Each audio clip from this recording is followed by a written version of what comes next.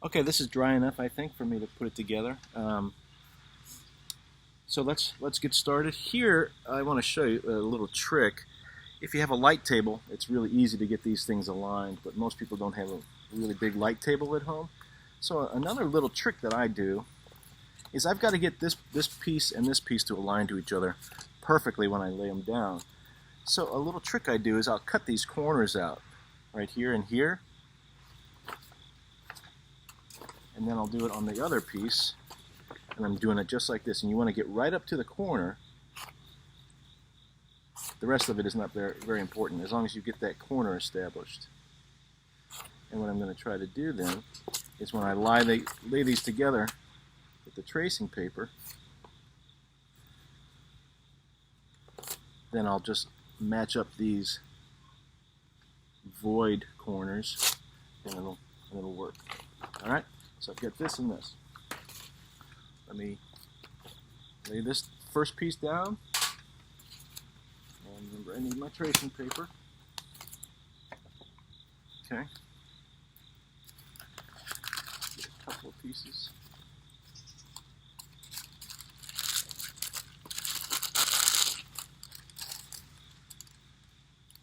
I'll make sure it goes the full length here.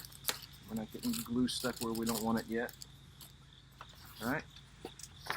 Now this end here is my business reply card.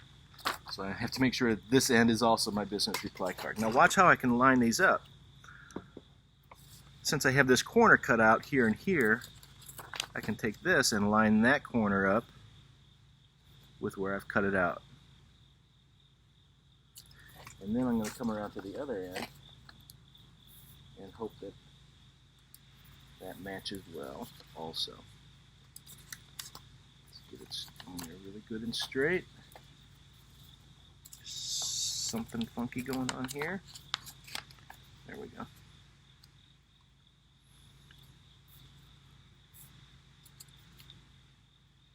Alright, so then it's just a matter of taking out my tracing paper again.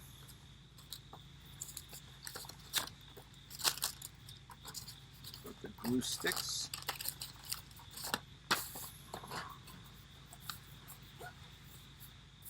And burnishing it down. So now I've got my two sides.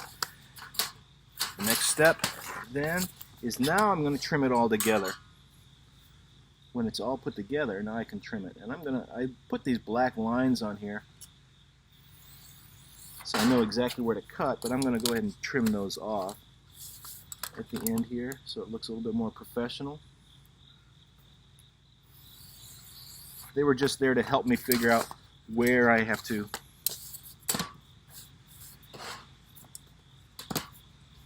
align and cut. So I'm going to trim these black lines off.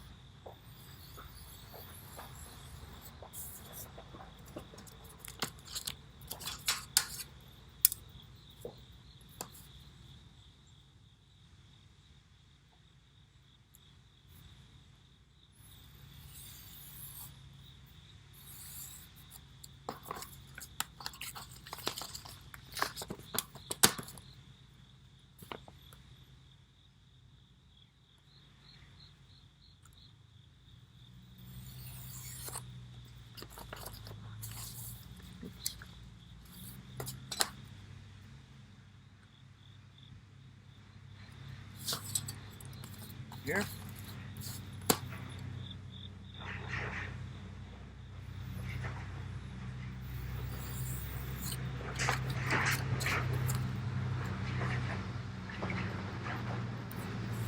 All right, so now see, I've got the whole piece.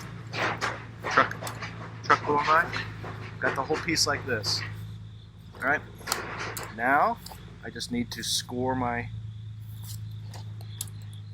edges, my folds, and I would use a scoring tool here, but I don't have one handy, so I'm just going to use my X-Acto because we do want that to fold in a good straight line. Let's score this right here,